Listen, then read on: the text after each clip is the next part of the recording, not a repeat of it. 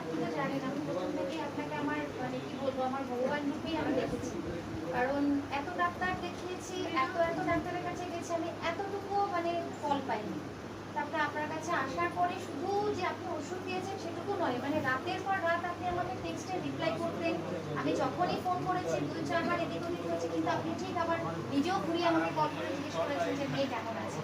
তো এই মানবিকতা আজকালকার দিনে মানে আমরা এখন যে সময়ের মধ্যে দিয়ে চলেছি, কোনো ডাক্তারের কাছ থেকে মানে এটা আশা করা যায় না, সেটুকু আমি আপনার কাছ থেকে পেয়েছি।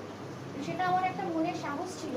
আর তাছাড়া হোমিওপ্যাথির উপর আমাদের মানে পুরো পরিবারের মানে এতটাই আস্থা, অবাধ আস্থা, যে আপনার কাছে আসতে পেরেছি মানে ভালো হবেই আমার মেয়ে, এটুকু বিশ্বাস আমার ছিল। আর আজকে সত্যিই সেটা হয়েছে। এর জন্য মানে আমি কৃতজ্ঞ, কিভাবে আমি সত্যি আমার জানাবার ভাষা নেই যে আমি কিভাবে এটা জানাবো আপনাকে। অত্যন্ত খুশির খবর, অত্যন্ত আনন্দের খবর।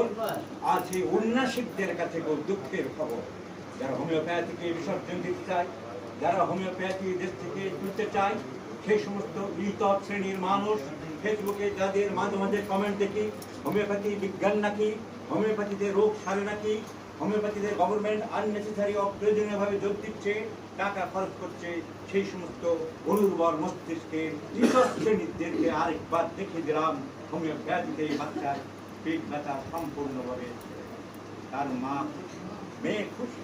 এই মেয়ে ডিপ্রেশনের রোগী ছিল, কি কারণ সাইকোলজি আমি অ্যানালিসিস করেছিলাম, আমি সাইকো অ্যানালিসিস করেছিলাম, দেখিয়েছিলাম এবং সাইকো অ্যানালিসিস করে প্রেসক্রিপশন করেছিলাম। And now consider alone cure these girls, these innocent and so the divine art of healing gifted by the gracious God to the suffering woman on the earth. Homeopathic চিকিৎসক দুনিয়ার বন্ধুদের কাছে তাই একটাই অনুরোধ, single medicine, proper case taking, by proper case taking and proper analysis and evaluation of symptoms, proper interpretation of symptoms is the only key, is the only path of success of your practice.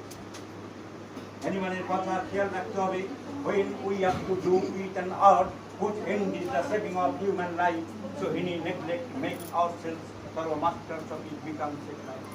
যারা হোমিওপ্যাথির potency বিশ্বাস করে না, যে সমস্ত homeopathic ডাক্তাররা 4টে 5টা 6টা ওষুধ মিশিয়ে দিচ্ছে, বডি ফার্মেসি করছে, মানে হোমিওপ্যাথি অপমান করছে, অবমাননা করছে, রোগ সারাতে পারছে না, মাঝখান থেকে তারা হোমিওপ্যাথিকে ক্ষতি করছে, হোমিওপ্যাথিক চিকিৎসকদেরকে অসম্মান।